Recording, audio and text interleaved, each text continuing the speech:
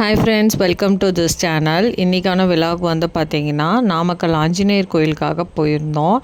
அங்கே வந்துட்டு துளசி மாலை, அப்புறம் 108 வெத்தலை மாலை அதை ஒன்று வாங்கினோம்.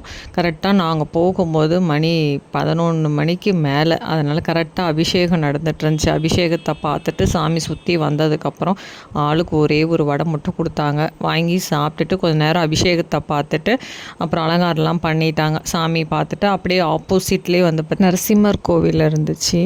அப்புறம் அதையும் தரிசனம் பண்ணலாம் அப்படின்னு சொல்லிட்டு வந்தோம். அப்படியே உள்ளே ஆனால் வந்து அங்கே ஃபோட்டோஸ் வீடியோஸ் அலோட் கிடையாது அப்படின்னு சொல்லிட்டாங்க. அதனால் அந்த வீடியோஸ்லாம் கேப்சர் பண்ண முடியல. மீதி இருக்க சாமி எல்லாமே நாங்கள் சுற்றி வந்து பார்த்திங்கன்னா கிருஷ்ணர், ராமர், நம்மாழ்வார் அந்த சாமிலாம் இருந்தது. அதனால் மற்ற சாமி தரிசனம் எல்லாமே நல்லா கும்பிட்டோம்.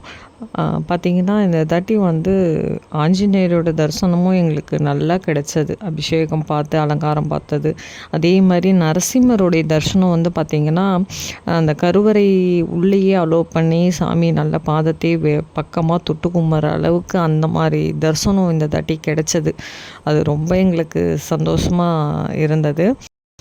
ஏன்னா இவ்வளோ நாள் அந்த மாதிரி நாங்கள் போவோம் வருஷம் வருஷம். ஆனால் அந்த அளவுக்கு நாங்கள் உள்ள கருவறை வரைக்கும் நாங்கள் போனதில்லை.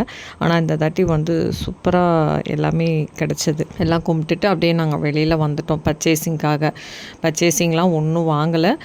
சும்மா ஒரு 4-5 பேத்துக்கு மட்டும் செந்தூரம் கேட்டிருந்தாங்க. அதனால் அவங்களுக்கு மட்டும் செந்தூரம் வாங்கிட்டு அப்படியே நாங்கள் ரிட்டன் சேலம் பைபாஸ் வரும்போது பார்த்திங்கன்னா அடையார் ஆனந்த பவன் ஹோட்டலுக்காக போயிருந்த மத்தியான சாப்பாடு. அவர் வந்து பார்த்திங்கன்னா மத்தியானம் வந்து மீல்ஸ் ஒன்று வாங்கிக்கிட்டார். அதுக்கு சாப்பாடு ஒரு சப்பாத்தியோட மீல்ஸ் ஒன்று கொடுத்தாங்க. நான் வந்து பார்த்திங்கன்னா மஷ்ரூம் பிரியாணி வாங்கிக்கிட்டேன்.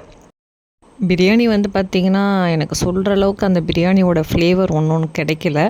பட் ஒரு நார்மலாக சாப்பிட்ற மாதிரி இருந்தது. ஓகே, உங்களுக்கு ஏதாவது தெரிஞ்சால் அது கமெண்ட்ஸ் பண்ணுங்கள். இந்த பிரியாணிக்கு வந்து பார்த்திங்கன்னா ரேட்டும் வந்து அதிகமாக போட்டிருந்த மாதிரி எங்களுக்கு ஒரு ஃபீல் ஆணுச்சு. இந்த வீடியோ பிடிச்சிருந்தால் லைக் பண்ணுங்கள், ஷேர் பண்ணுங்கள். மறக்காமல் நம்மளுடைய சேனலை சப்ஸ்கிரைப் பண்ணிக்கோங்க.